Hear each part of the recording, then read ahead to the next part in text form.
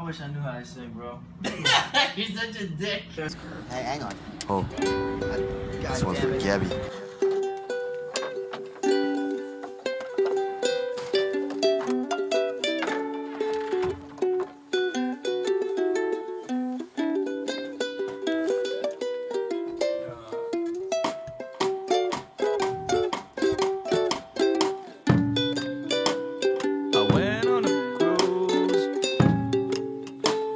I went where my shoes were.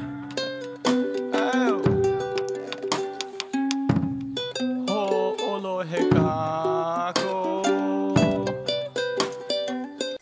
it was June 17th, 2017. An increasingly familiar scene was playing out in the quiet early morning streets of Foster Powell as I dipped around scavenging tweakers and latent skinheads to catch an early morning red line to Portland International Airport. The call of impending lyrical skirmishes once again weaved their way into my woozy trajectory, beckoning me like a siren song. This time, however, my characteristic enthusiasm for hard-hitting poetry clashes was jarringly absent. I was languishing in the absence of this enthusiasm, which normally functioned as a cushion to insulate me from my early morning topo. As I shambled like a zombie into the airport, a single word ceaselessly dripped into my brain with the surgical effectiveness of Chinese water torture. Trash. Trash.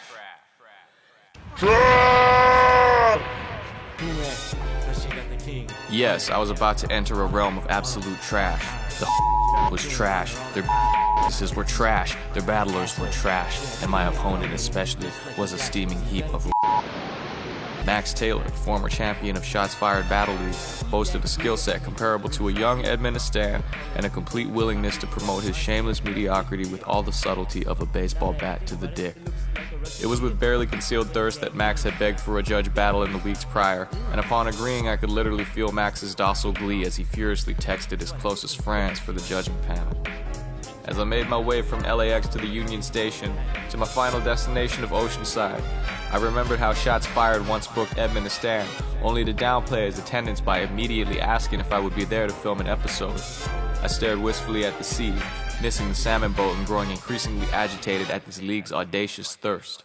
The splendor and breathtaking beauty of far southern Cali was wasted on these acceptance-seeking children, and I resolved to give them not the episode that they wanted, but the episode they deserved. Rec Room was still snarled in traffic by the time I got to Oceanside, and I immediately set about soaking up the sun that I'd missed so dearly. The breeze was soothing, the beachside salsa made my eyes water, and mirth and the general air of leisure was nothing short of infectious. The 20-minute wait flew by like a beach gull, and I was completely a different person by the time the fateful car arrived. In a sea of battle rap trash, recent staff edition Requiem was the sole square foot of cleanliness. I strongly suspected that tonight's unusually star-studded car was due to Rec footing the bill, and I made a mental note to disassociate the former PNR regular from his hydration-deficient contemporaries. It takes a certain caliber of patience to organize an event and weather the hiccups that come with it, such as having to turn around after 20 minutes of driving and returning to my initial pickup point.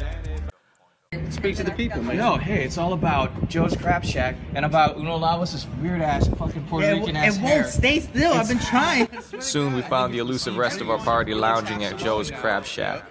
Madflex and Uno Lavos, both dear friends of mine, had never met each other before. Under the gentle supervision of the seasoned and perpetually balanced rap grid chaperone Tasha Allen, the two were quickly forging a friendship that was the stuff of classic sitcoms. After a few glib formalities, we bade the Requiems goodbye and dispersed to the Roadway Inn. It was there that a sobering complication in this otherwise stellar vacation came to light. Yo, Flex, what's the story behind this roadway? Here's the thing, man. Here's the thing, bro. Here's the thing. So,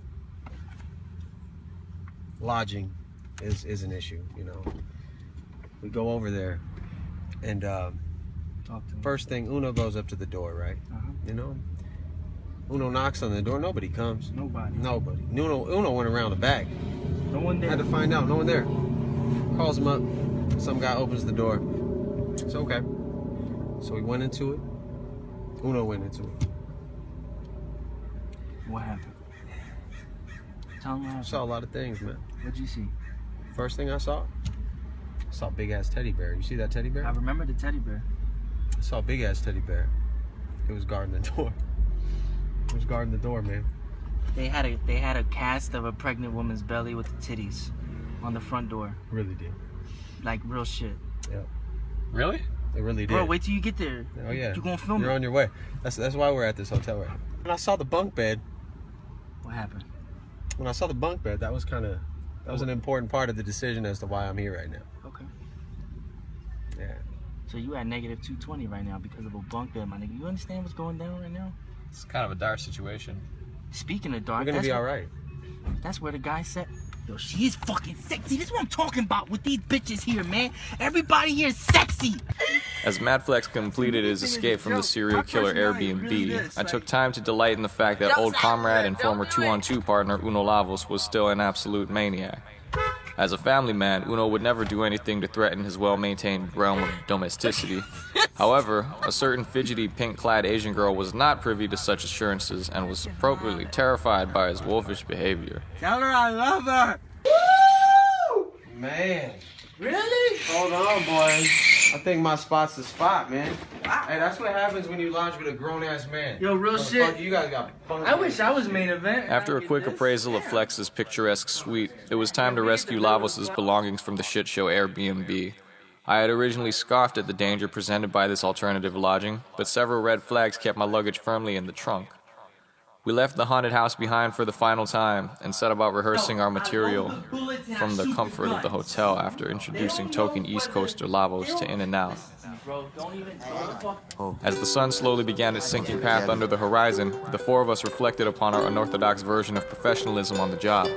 Somewhere in Oceanside, 20-some odd battle rappers were pacing the venue, muttering to themselves with their faces contorted in focus. The cumulative pressure in the venue at that moment must have been stifling, yet here we were, idly waxing poetic about the utterly majestic scenery that surrounded us. Such self-assurance was something I had taken for granted throughout my years of hard-hitting poetry, and I felt blessed to fully enjoy this literal paradise without stressing over rounds. Of course, as all good things must come to an end, we inevitably sobered up in anticipation of this clash on hostile Daddy was a ground. soccer mom, mama was a truck driver. The venue was brimming with goons when we arrived. Strong representation from the neighboring Inland Empire found themselves pitted against the shots-fired all-star soccer team, and the ensuing clamor between the two factions was electric. Geechee Gotti and his mafia family observed with keen interest, content to get their money and catch their bodies with minimal hassle. As the night wore on, I rehearsed my material a few times but ultimately decided, fuck it, we're professionals. We know our way around the ring, and how to be the last poet standing in it. We got this. As the main events geared up, I entered the venue to find the most exhausted-looking Uno Lavos I've ever seen. Madflex was nearby, having doubts about his third round. It's been a long night, EK. Things were suddenly looking bleak for the professionals. Imagine then my surprise as I watched Uno drag himself onto the stage and handily scoop a victory up to the tumultuous applause of the crowd.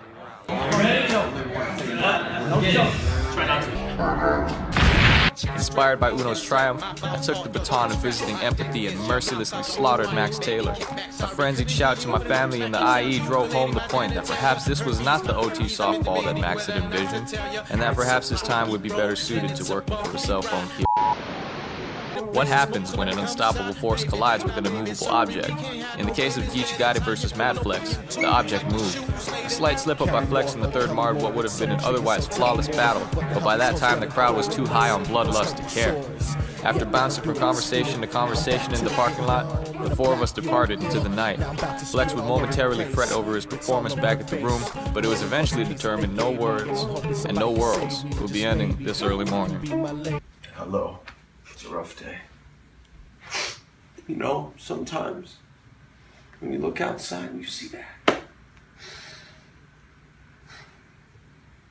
and your heart feels the same way. You're fine, you know, it's cool. You just gotta drive home and shit. That's what happens. Really doesn't hurt that bad. I got in and out. It's cool. I woke up. The Requiems, saints that they are, had pulled an all-nighter in the Broadway parking lot to ensure we all made our flights. I bade a reassuring goodbye to Madflex and made my way downstairs. As we careened towards LAX, we reflected upon this recent spectacle of Requiem's design. Rec had just thrown Shots Fired's biggest card yet, a Titanic springboard for his fellow staff members to capitalize on. Would this be the event to put the fledgling Oceanside League on the map?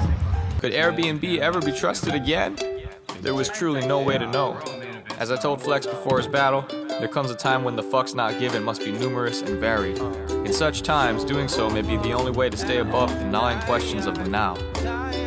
Till next time, this is Everybody Knows, out in the sun and loving the way it burns like Rihanna, courtesy of What Dog Like. No drum track. Delete that. Fuck 'em.